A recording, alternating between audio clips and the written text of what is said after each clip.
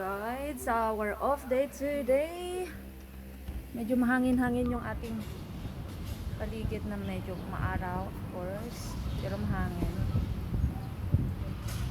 Diba? Off day natin ngayon. Nakalaba tayo kagabi ng damit na natin. So, relax day. It's 12:30 na. Magwa 1 p.m. na. Mahangin-hangin na, pero maaraw. Diba? So, kagising lang natin habang nanonood tayo ng balita. Kakain pa lang ako. Pang tanghalian ko na to. Pansit canton with toast, kape. At syempre, Mikey is right there. Nagpapoop lang kay Daisy sa aso niya. So, relax lang tayo. If off day natin, guys. Para makabawi naman sa pagod sa work. O, diba? Nice weather sa labas. Maaraw pero mahangin-hangin siya.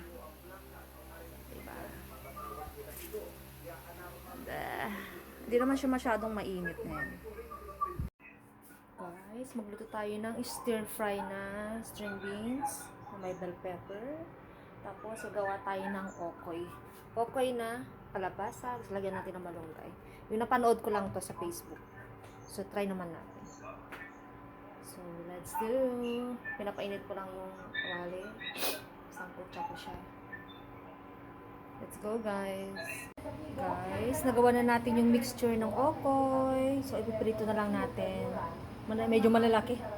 Kasi yung panggadgaran ko ang lit-lit kasi ng ano niya. Akala mo. Grated cheese na siya. Then, yung stir fry natin, pinapalambot ko lang yung baboy. So, may pangbaon na naman tayo bukas sa work. Bukas sa week na to. So, try natin magprito ngayon. Ito naman pagkain ko, bumili na lang ako habang nanonood tayo ng balita. And my king is right there. Tulog na tulog. Diba? Grabing lindol, guys. Ingat-ingat tayo, guys. Hindi natin alam kung hanggang kailan yung mundo, diba? Guys, luto na yung ating stir fry na string beans na with pork with bell pepper. Diba, guys? May pangbaw na tayo. Try naman natin magprito nito. Okay. Guys, so yan na, guys. So guys, naka 3 top naman tayo ng pag-ulam-ulam na natin. Diba?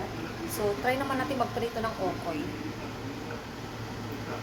Guys, nadudurog man. Kaya ng isang malaki ko na lang ganyan para mabilis lang.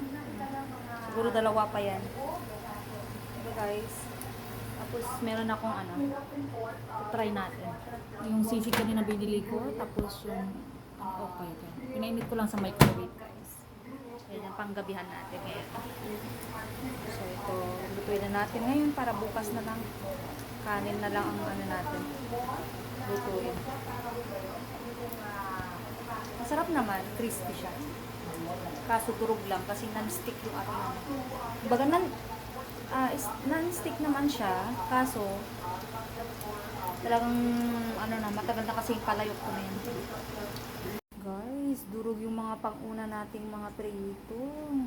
Pero okay lang yan, pagkain pa rin yan. Pero yung mga panglawa na, mga pangatlo ganun, okay na, buo na. Yan. Tinikman ko, masarap siya.